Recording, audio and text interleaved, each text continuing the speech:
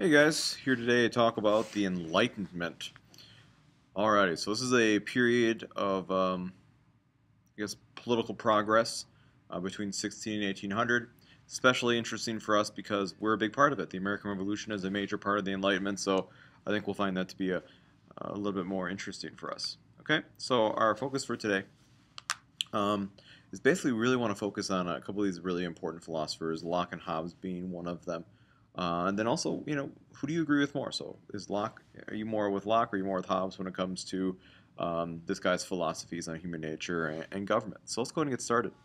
Um, the Enlightenment is defined as an intellectual movement, all right, that stresses reason and thought to solve problems. Okay, so basically, we just studied the scientific revolution real briefly. The scientific revolution is all about using science, using your logic, using your reason to understand the natural world.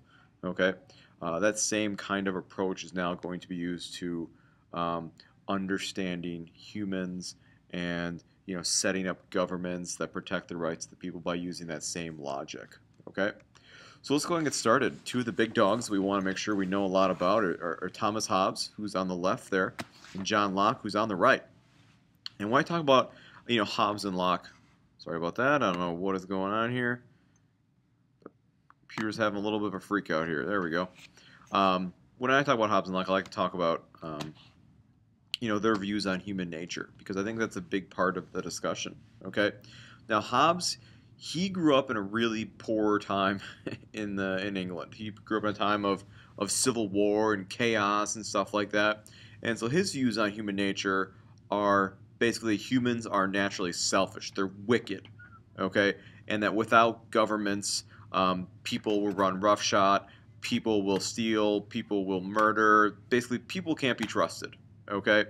And so as a result, Hobbes believes that people need to be ruled by a incredibly strict, harsh yet fair government.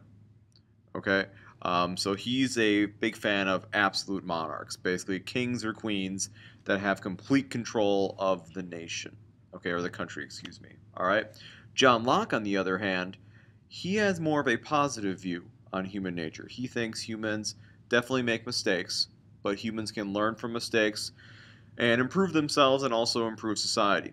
And so as a result, because he thinks humans can be trusted, that humans are naturally good, he believes that the best kind of government is self-government, that people can run their own government, and that of course is a democracy, what we have, where we can basically vote people in to represent us, and we can take an active part in our government. Okay, and so two very different viewpoints on human nature, and then also on what kind of government is best for mankind. Okay, and that brings up a very interesting debate. Are humans good or are humans bad? Okay, here's a bunch of examples I always love to use. It would appear that if you look at nature, the theory of evolution dictates that um, you know there's not a lot of kindness in the natural world. That it's a dog eat dog world. And if you don't have what it takes, you're kind of done. And that kind of would go back to what Hobbes is saying is that people are animals and people will take advantage of situations and at the first chance do things that are unethical. Okay. I also point to a normal toddler. A normal toddler is typically kind of naughty, and you have to usually teach them to behave properly. So is that an indication that we are inherently not good? That we are inherently maybe not evil, but inherently kind of shady, and we have to taught to be good. So I guess the question is this: do you think we have to be taught to be good, or do you think we have to be taught to be bad? So I think that's the big question. Okay. Um, so anyways, um, the Milgram Experiment, if you want to know what that is, it's very fascinating. I can tell it to you later. I don't want to do it in this lecture though. Um, but also another interesting thing is that before we used to have handbooks, and we used to hand them out to students. And one of the things I always found fascinating was, based on the rules that we put in the handbook, you would have to think that we thought you guys perhaps were kind of inherently bad. Um, so Anyways, some of the rules in your handbook that I always thought were kind of interesting were rules like don't bring ninja weapons to school, don't blow anything up, stuff that's like common sense. But if we put in the rule book, we have to maybe, your handbook, we have to maybe think that maybe you do it at some point. So anyways, more on Locke. Locke's incredibly influential to our country, especially, but Locke's one of the first guys to kind of argue that all mankind are born with natural rights, rights that are God-given. Okay, and because they're God-given, because these rights come from up in heaven, from God Himself, man cannot take them away. Okay, and so those rights are a right to life, a right to liberty. Liberty would mean freedom, and a right to one's property. Okay. And so basically life, liberty, and property, that should go, you should kind of recognize that phrase. We have that same phrase in our Declaration of Independence. Slightly adjusted though. Ours is life, liberty, and the pursuit of happiness. But basically that, no government has the right to take these things away from you. No government has the right to take away your life. No government has the right to take away your freedoms. And no government has the right to take away your property. Okay, those are your God-given rights, and government can't take those away.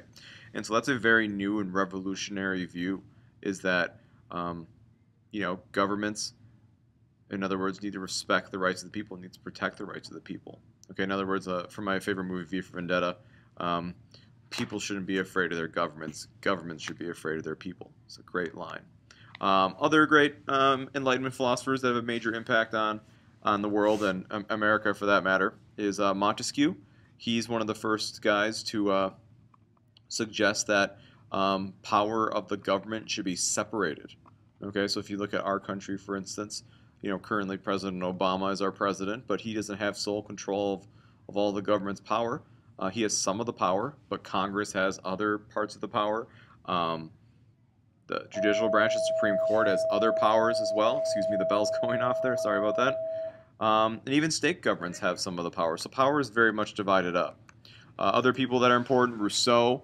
Rousseau basically believed that if government did not protect the rights of the people had the right to rebel. Okay, which is a very interesting kind of viewpoint. Okay, he also believed the power of government, where government gets its power, gets its legitimacy, always comes from the people. Okay. A couple more here. Another one of the big ones is Voltaire. Voltaire is one of the first guys to believe in freedom of speech, freedom of religion. One of his most famous quotes is, "I do not agree with the word you say, but will defend to the death your right to say it." And finally, one of our very first feminists also comes during this period. Mary Wollstonecraft is one of the very first people to argue for the equality of women, that women have a right to participate in society, that they have a right to get an education, and so she's one of the very first people to start the long battle for women's equality. So anyways, that's all I have for you today. Hopefully that helped you learn a little bit here about the Enlightenment.